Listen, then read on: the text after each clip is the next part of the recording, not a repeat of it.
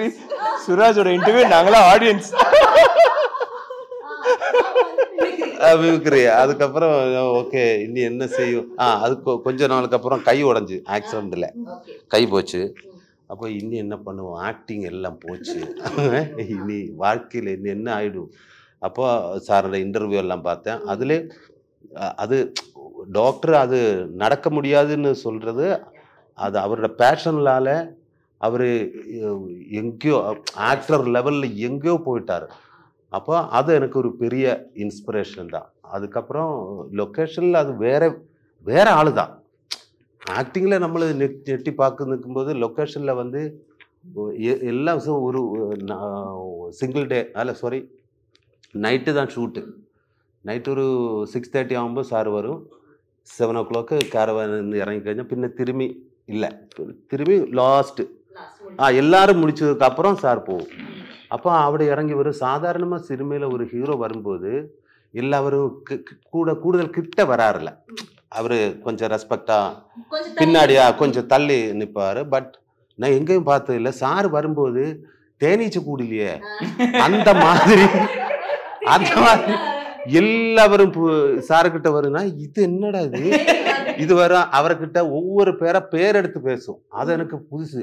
இது என்ன சார், அவர்கிட்ட எல்லா செக்ஷன் அசிஸ்டண்ட்டு அது எல்லாரும் பேர் எடுத்து பேசி எப்படி இருக்கு, என்ன இருக்கு, நல்லா இருக்குங்களா, ஓகே இனி யாராவது இங்க வரல, டே குமாரு நீ எப்படி இருக்கு,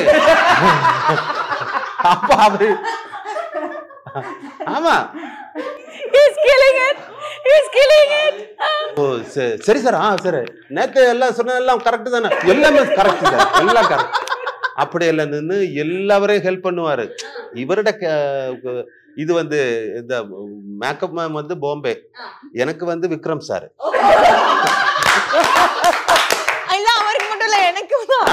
எனக்கு மட்டும் அல்ல ஒவ்வொரு பேருக்கும் சார் ஃப்ரீயே நிக்கவே இல்லை, ஃபுல் எனர்ஜெட்டிக்காவும் ஒரு பேசணும். அதாவது ஒரு இடைக்கு கேமரால ஒரு கட்டர் போடுறேன், சரி வெயிட் பண்ண அது ஃபைட்டு கை உடைஞ்சா ஓகே, அது இந்த கிரீம் போடு எல்லாம் அது மேக்கப் இவருக்கு எல்லாருக்கும் மேக்கப் எல்லாம் இது கொடுத்து இந்த மாதிரி ஒரு எனர்ஜெட்டிக்கான ஒரு ஆளு நான் பார்த்ததே இல்லை. இது எல்லா யூனியன்லயும் கார்டு போட்டிருக்காரு, டிஃபரெண்டான ஆளு. அது ஒரு God's gift sir. What an actor, what an amazing person.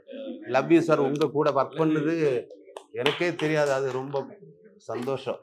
ஐயோ ஆனா சுராஜ் சார் நீ இவ்வளவு பிரிஞ்சுக்கிட்டு இருக்கு, நாங்களாம் வாயடிச்சு போயிருக்கோம்ப்பா. ஐயோ ஹவ் ஃபன்னி இஸ். அவர் மிலிட்டரி இவர் மிலிட்டரி, நம்ம இன்டர்வியூக்கான பர்பஸ் முடிஞ்சு.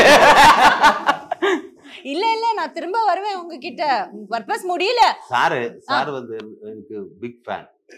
எல்லா மூவி நான் பார்ப்பேன். நீங்க பாத்துருப்பீங்க எல்லா மூவி.